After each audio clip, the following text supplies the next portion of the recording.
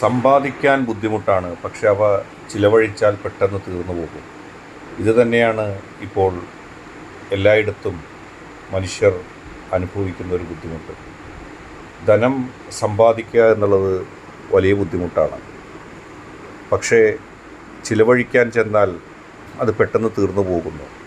രാപകൽ മുഴുവൻ പണിയെടുത്താലും ചെറിയൊരു ഷോപ്പിങ്ങിന് പോലും പണം തികയുന്നില്ല.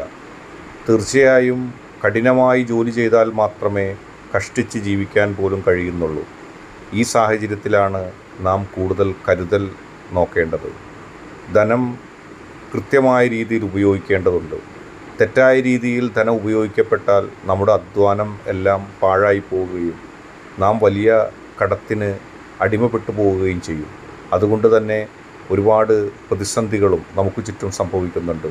ഓരോ സംഭവങ്ങൾ കൊലപാതകങ്ങളായും പ്രതിസന്ധികളായും ആത്മഹത്യകളായൊക്കെ മാറുന്നത് ധനത്തിലുള്ള ബുദ്ധിമുട്ട് കൊണ്ടാണ്. അതുകൊണ്ട് തന്നെ കൃത്യമായി ധനം വിനിയോഗിക്കുക.